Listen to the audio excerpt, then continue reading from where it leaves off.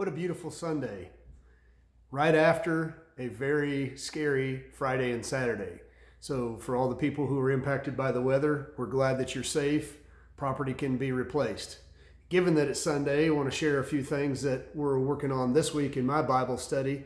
This is a very popular verse that you've probably heard for many years, and I want to suggest that we may be focusing on the wrong aspect of these verses. So it's a set of verses, John 3:16 through 18, and you've always heard that John 3:16 is God so loved the world that he gave his one and only Son, so that whoever believes in him shall not perish but have eternal life.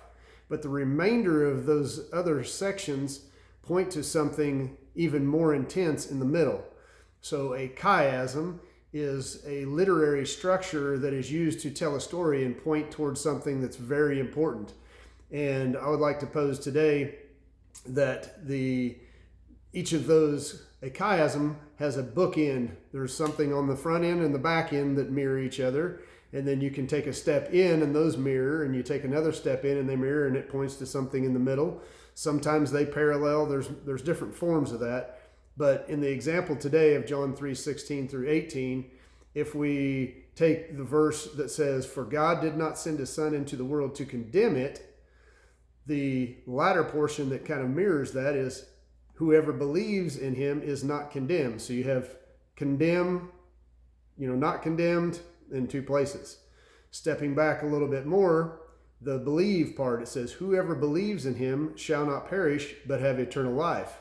That's on the front end. On the back end, it is, "But whoever does not believe stands condemned already because they have not believed."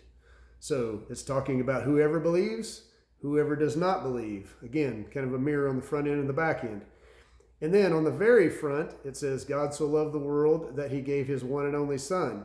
On the very back end of 18, it says, "In the name of God's one and only Son." So again, front mirror, back end mirror. And what's left in the very center portion of that is, "But to save the world through him."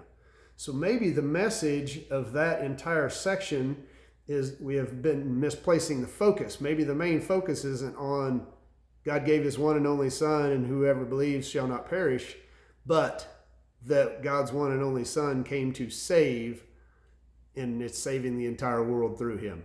So I invite you guys, go look up what a chiasm is. If you're already studying those, look at these set of verses and see if you agree with what we're learning, or if you have a different version, and there is a picture of it that will be posted.